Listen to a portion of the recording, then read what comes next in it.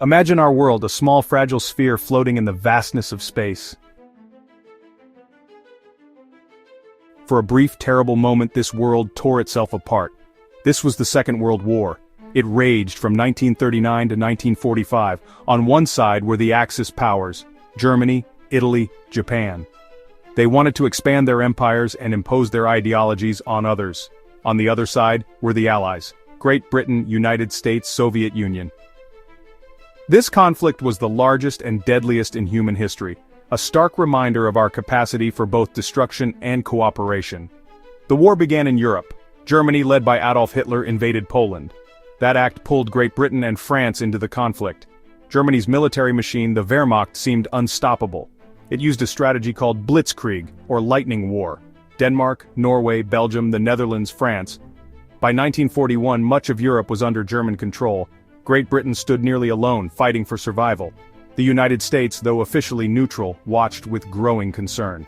The future of freedom and democracy on the entire planet seemed to hang in the balance, a tiny flame flickering in a storm of tyranny.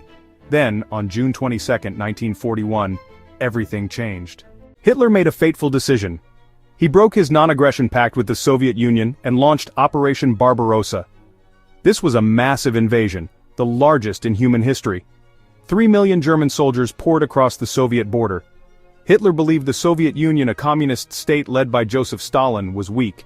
He thought it would collapse in a matter of weeks. The invasion opened a new, vast, and brutal front in the war. The Eastern Front would become the scene of unimaginable suffering and pivotal battles that would ultimately decide the fate of the war in Europe. This moment created a strange and unexpected partnership. The capitalist democracies of the West found themselves on the same side as the communist Soviet Union. United States, Great Britain, Soviet Union. They shared a common enemy, an enemy so dangerous that it forced them to put aside their deep political differences. This alliance was not built on friendship or trust. It was built on a shared imperative: the need to stop the Axis powers. What followed was a massive program of aid from the Allies to the Soviet Union. But what if that help never came? Let's embark on a journey of imagination, a what-if scenario, to explore a different timeline. The decision to help the Soviet Union was not an easy one. Think about it. The United States, Great Britain. They believed in individual freedom, free markets. The Soviet Union was a communist dictatorship. The government controlled everything. Its leader, Joseph Stalin, was a ruthless tyrant responsible for the deaths of millions of his own people. For years, the West had viewed the Soviet Union with suspicion and fear. Communism was seen as a direct threat to the Western way of life. So why, in this moment of crisis, would they choose to help their ideological enemy? The answer is simple and pragmatic. The enemy of my enemy is my friend. When Germany invaded the Soviet Union, the world's most powerful land army was suddenly engaged in a fight to the death. Winston Churchill, the Prime Minister of Great Britain, had been a fierce critic of communism his entire life, but he understood the stakes. He famously said, "If Hitler invaded hell, I would make at least a favorable reference to the devil." For Churchill, anyone fighting against Hitler was an ally. Keeping the Soviet Union in the war meant that millions of German soldiers, thousands of tanks, countless planes would be busy on the Eastern Front, far away from Great Britain. The United States, led by President Franklin D. Roosevelt, shared this view. America was not yet officially in the war in June 1941, but Roosevelt knew that a German victory over the Soviet Union would be a catastrophe. If the Soviets were defeated, Hitler would control the vast resources of Eastern Europe and Russia. He could then turn the full might of his military against Great Britain, and after that, his gaze might turn across the Atlantic to the United States itself. Helping the Soviets was not about supporting communism, it was about defending America by keeping the German war machine bogged down thousands of miles away. It was a strategic investment in their own survival. This strategic thinking led to the creation of the Lend-Lease Program. The program allowed the United States to supply food oil war materials. It was like lending your neighbor a garden hose to put out a fire in their house, so the fire doesn't spread to yours. This program was extended to the Soviet Union shortly after the German invasion. The alliance was a marriage of convenience, born from a shared threat that was greater than their individual disagreements. It was temporary but powerful enough to change the course of history. The aid sent to the Soviet Union was not just a few supplies, it was a torrent of material that flowed across treacherous seas and dangerous lands. The United States called itself the Arsenal of Democracy, and it lived up to the name. The numbers are staggering and give us a sense of the scale of this effort. Over the course of the war, the Allies sent vast quantities of everything imaginable. This aid was designed to keep the Soviet war effort from collapsing, especially in the early years when they had lost so much territory, industry, and equipment. The help came through three main routes: the icy Arctic convoys, the Persian corridor through Iran, and across the Pacific to the port of Vladivostok. Let's look at the vehicles. Mobility is life in modern warfare. The Soviet Union received over 400,000 trucks and jeeps from the United States. Think about that. These weren't just for moving soldiers. They were essential for pulling artillery guns, carrying ammunition to the front lines, and transporting food to the starving troops. The iconic Studebaker US-6 truck became the workhorse of the Red Army's supply lines. While the Soviets produced excellent tanks like the T-34, the addition of over 7,000 tanks from the Allies, including American Sherman tanks, provided crucial reinforcements at critical moments. These vehicles gave the Red Army a level of mobility it simply would not have had on its own. The war was also fought in the air. The Allies sent nearly 15,000 aircraft to the Soviet Union. This included fighters like the Bell P-39 Airacobra and the Curtiss P-40 Warhawk. While perhaps not the most advanced fighters of the war, they were available in huge numbers. They helped the Soviet Air Force challenge the German Luftwaffe's control of the skies. They were used for everything from escorting bombers to attacking ground targets. This constant pressure in the air meant that German soldiers on the ground could never feel completely safe. The flow of planes, spare parts, and aviation fuel was a lifeline for the Soviet air effort, allowing their own factories to focus on producing other essential models. Beyond the big-ticket items like tanks and planes, the aid included things that are less glamorous but just as vital. The Allies sent millions of tons of food to feed the Soviet army and its people. They sent telephones and millions of miles of telephone wire. They sent raw materials like aluminum and steel. They even sent entire factories. This infusion of technology, raw materials, and finished goods was like a massive blood transfusion for the wounded Soviet giant, giving it the strength to get back on its feet and keep fighting. Now let's alter the timeline. Let's imagine that in 1941 the Allies chose differently. Perhaps political distrust was too great. Perhaps they thought the USSR a lost cause, so they withheld aid. The Soviet Union faces the full fury of the German war machine completely alone. What would happen? Initial invasion, rapid German advance, vast territories captured, millions taken prisoner, Red Army caught by surprise, huge losses, no Allied trucks, mobility crippled. Deep battle doctrine relied on massive formations, infantry, tanks, artillery, but doctrine needs logistics, fuel to tanks, shells to guns, food to soldiers.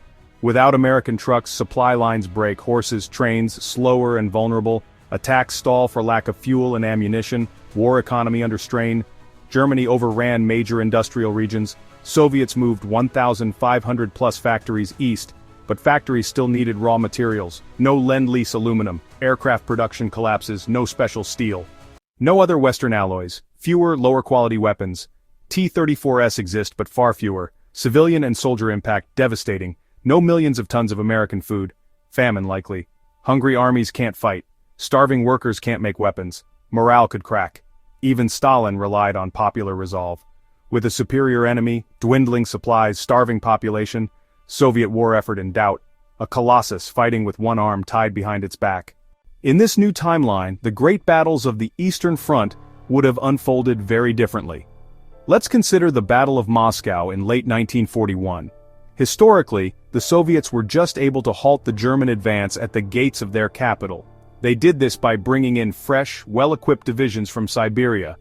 In our alternate reality, these divisions would be less mobile without Allied trucks. They would have fewer tanks. They would have fewer planes to support them.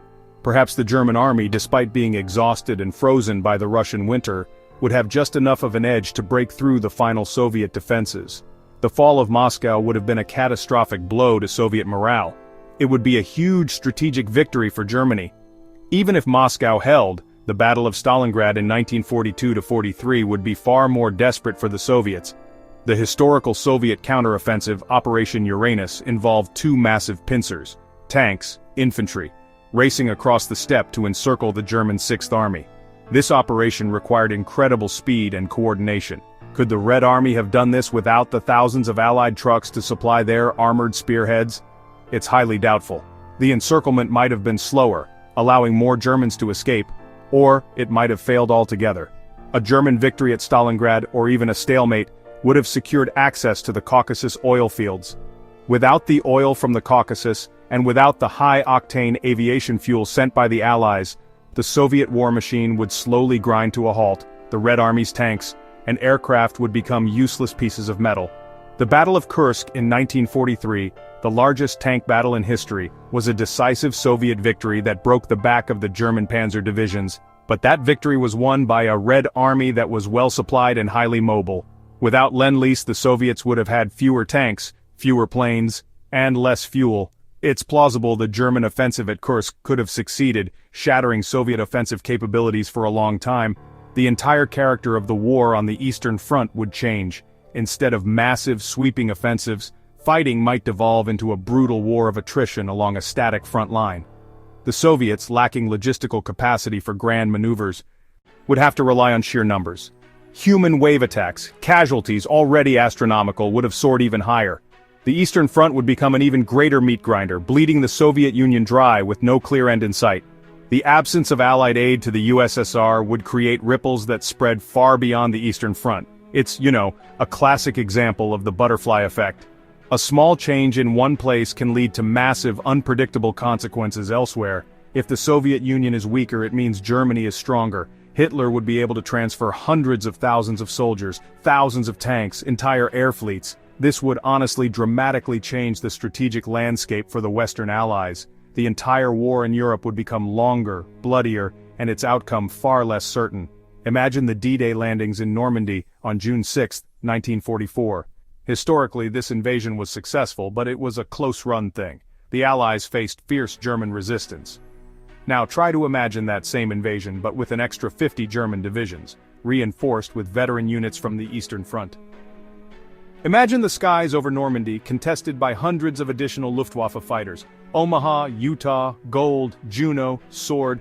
The Allied beachhead might have been contained or even thrown back into the sea. A failed D-Day would be a disaster of epic proportions for the Allies. Even if the Normandy landing succeeded, the fight across France and into Germany would be exponentially harder.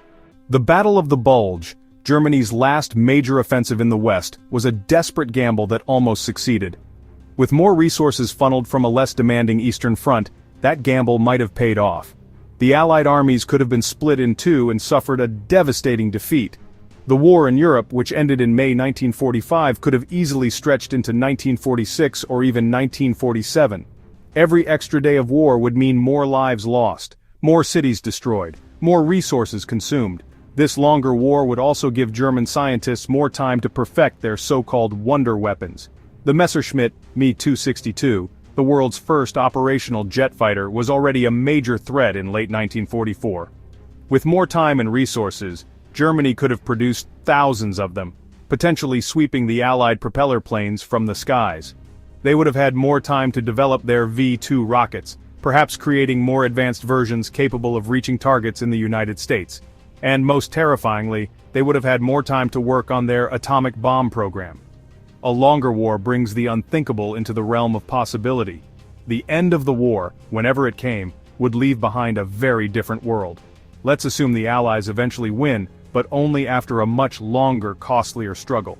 The political map of Europe would be redrawn. In our timeline, the Red Army advanced all the way to Berlin. That produced the Iron Curtain. Europe split into a communist East and a capitalist West. That division defined the Cold War for decades. But without Lend-Lease, the Red Army might not reach Berlin.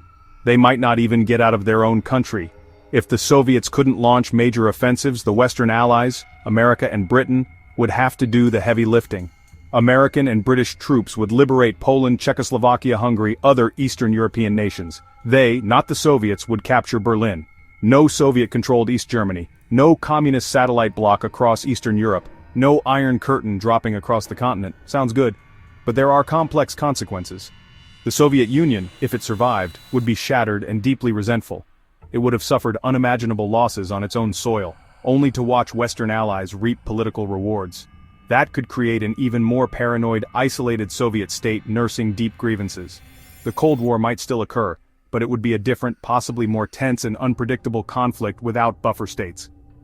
Alternatively, A darker scenario. What if the war ended in a negotiated peace?